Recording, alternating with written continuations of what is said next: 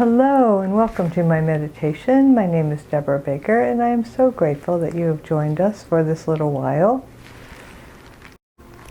We're working our way through my book, Amazing Intuition, Expanding Your Most Important Resource, and we are on chapter 10, In Practice, and the chapter covers a lot of different topics, but I want to focus today on energy work. So let's get started. Let's begin with 3 nice, really deep breaths. Breathing into our chest, filling up your lungs and feeling your chest expand. Hold it for a moment or as long as you want, and then release it slowly.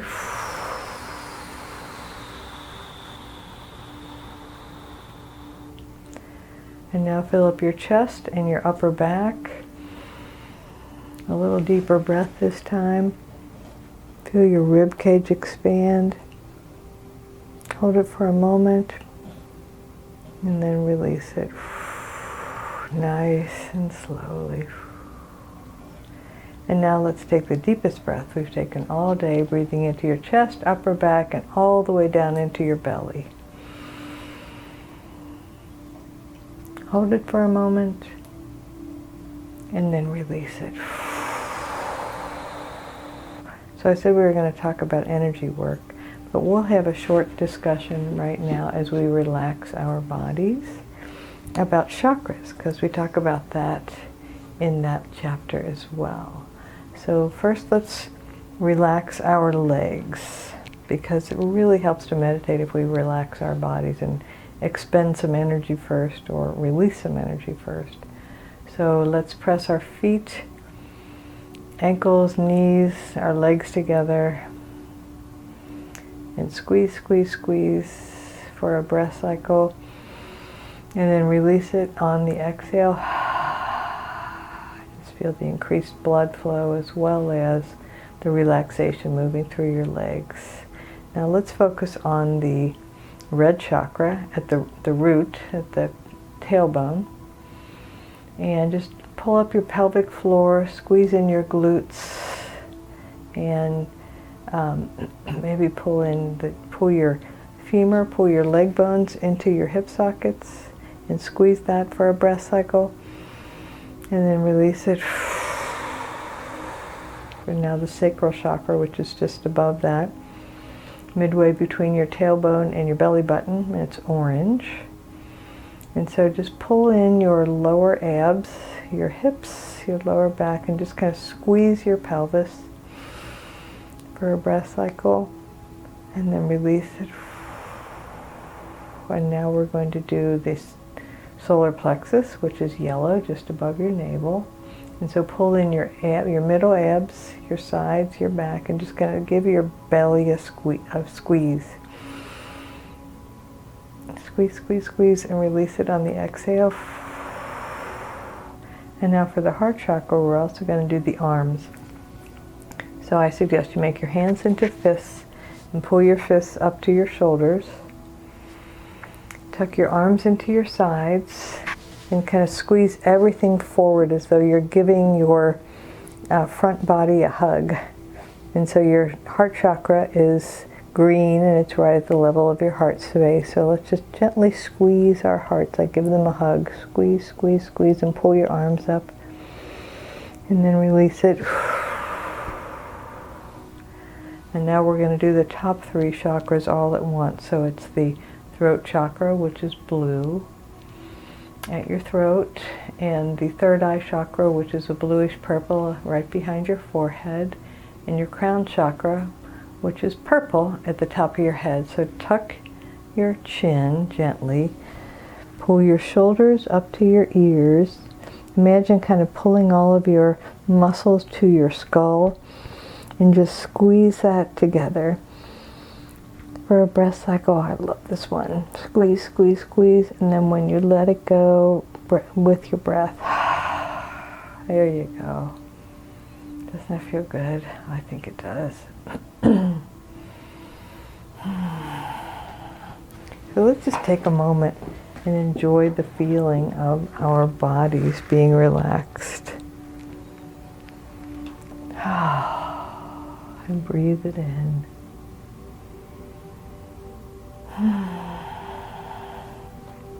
So before we get into the energy work part, I want to do one more thing about that chapter, and that is to talk about, I discuss my deals with my agreements with my guides. So what I want to say here is that you can ask your spirit guides, guardian angels, the universe, God, whoever, whatever you pray to, for things in the context of making an agreement. So, some of my agreements are, I'm happy to do this work, but send me the clients that I can most help. And so I feel like that's an agreement. I'm happy to, show up for my clients, but give me the information they need. And so I invite you to think about your heart's desires and what you would like, what you feel your contribution is, and how you can ask Spirit to help you to align with it and help Spirit to align with you on that. So let's just take a moment and just think about that.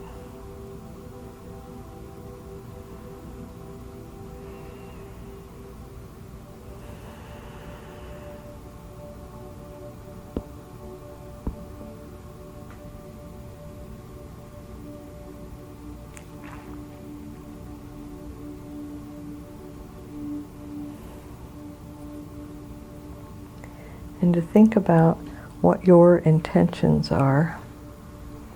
Someone told me very early on in my work that I would be famous, and I thought that might get in the way of my living the life I felt that I came here to live, and so I pretty much made sure that didn't happen, consciously and unconsciously. And it's okay. I think I could handle it now, but certainly not when my children were young. I didn't want anything about my work to interfere with their lives. And so let's take a moment and think about our intentions.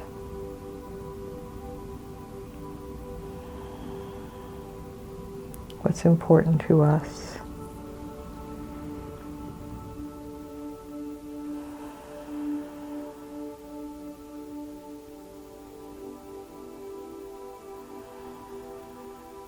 I would suggest that the people who are closest to you and loving them and being present to them is an intention of yours, whether you realize it or not. And I say that because I have talked to lots and lots of dead people who say, I wish I had been more aware of that intention, and that was what I bring with me when I leave this human life. But that's a subject for another meditation. So just think about what your intentions are. Just to be aware of them. I'll give us a minute.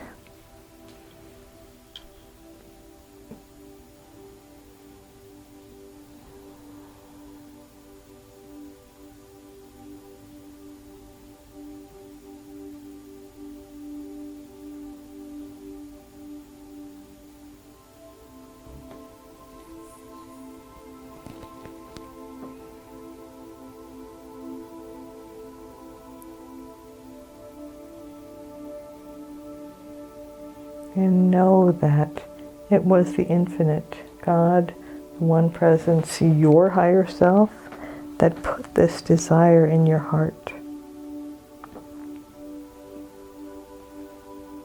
As we evolve and we become more spiritually aligned, we realize that our heart's desires are God's will for us, to put it in a way I don't normally speak.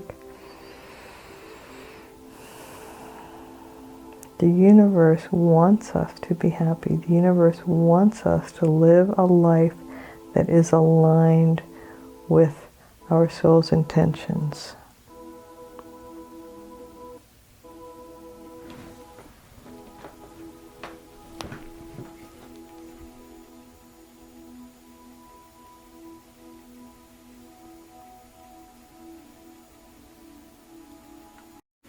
And so now we'll talk about energy work.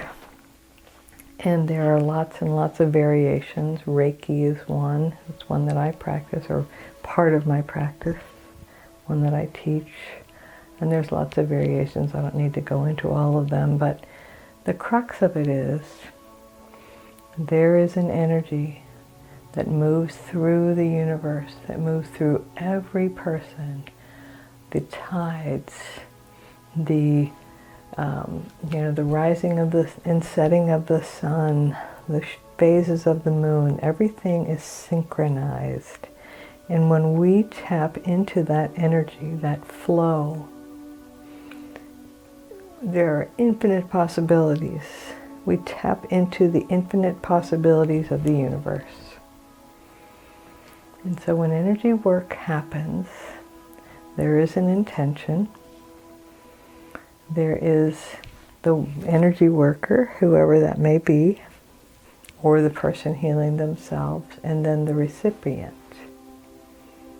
So let's focus for a moment on the infinite presence. Whatever your concept of God or a higher power is, let's just take a moment to have that concept kind of gel in our minds.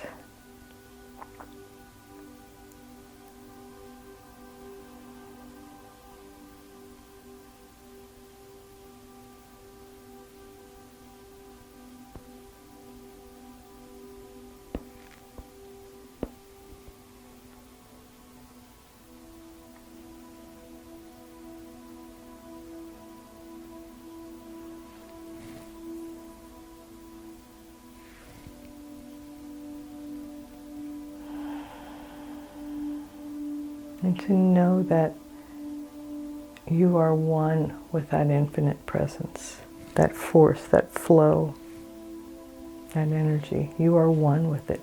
It is what beats your heart. It is what moves the blood through your veins and your blood vessels. It expands your lungs and contracts them. It is the energy of the universe moving in, through, and as you. And so whether you are an energy worker or considering it, or just a person thinking, I'd like to have more healing potential in my life, I invite you to think about yourself as a conductor of infinite energy.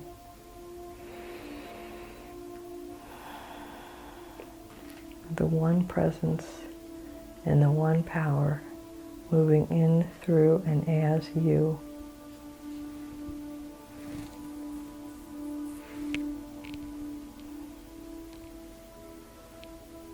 This unifying power that shows up in lots of ways.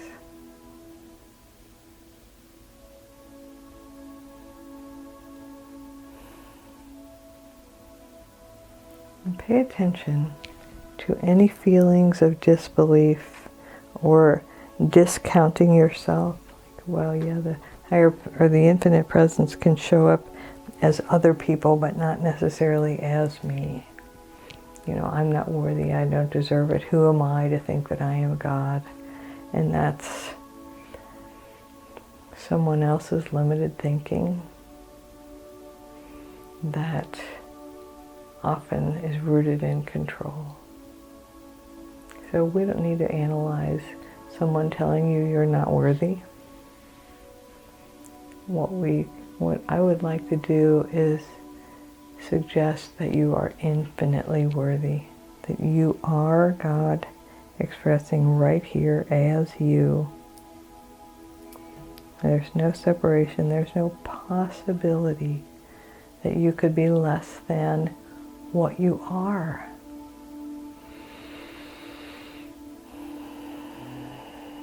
And so remembering what you are.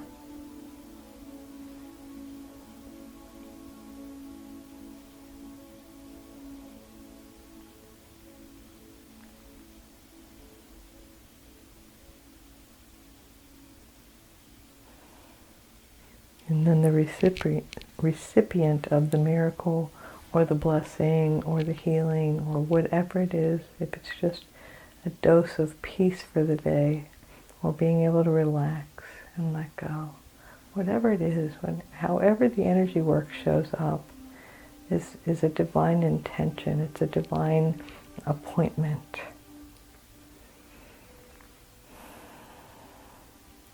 And in my experience, when energy work doesn't appear to have the result that we intend, it could be because the person receiving it doesn't believe they deserve it or doesn't want it. And there are reasons for that, and they're valid. They can be. Or it's not part of the life path their soul chose. So I've very adamantly and vigorously tried to heal some of my clients who were suffering from cancer. And when they got on my table, my guides told me this is their exit strategy. They will die from this. You are not going to be able to heal them. So, it's never my intention to buy into that. So I still try to heal them, and I still ask for every blessing that it is possible for me to give to them, to allow to flow through me to them. And often it's just a sense of peace for what is coming, a sense of acceptance. Whatever it is, I don't get to decide the results of my work, whether it is energy work or a psychic session, channeling a loved one. I don't get to decide the results. I get to decide the actions that I take. I get to accept the guidance that I'm given, but the results are not up to me. And I would suggest that perhaps in your life there are results that aren't up to you either. And so we just move forward gently, knowing that our life is unfolding in perfect divine order. Some align with the intentions we set, and some being directly opposite of what we intend. And then we get to sort that out. But at the end of the day, when we land back at I am one with the one presence and the one power, I get to choose my thoughts, words, and actions, and I'm powerless over the rest. Powerless over the results. We can plan for, but we can't plan on. So just sit with that for a moment.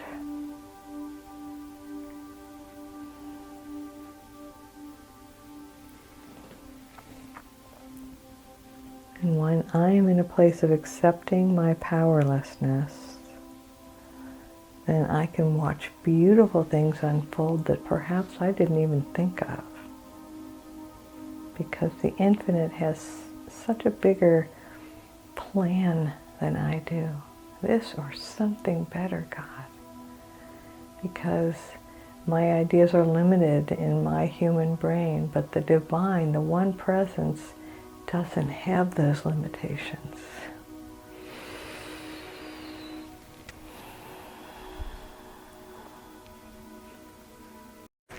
So let me remind you again that you are whole and perfect exactly as you are. There's nothing lacking in you. You are a beautiful, beautiful being expressing here on earth as you. And your soul is way bigger than your human personality, your human body, your human experience. So thank you for joining me in the one presence and the one power, moving in through and as me, honors and recognizes the one presence and the one power, moving in through and as you. Tune in next week for the last chapter. It's going to be fun. Namaste.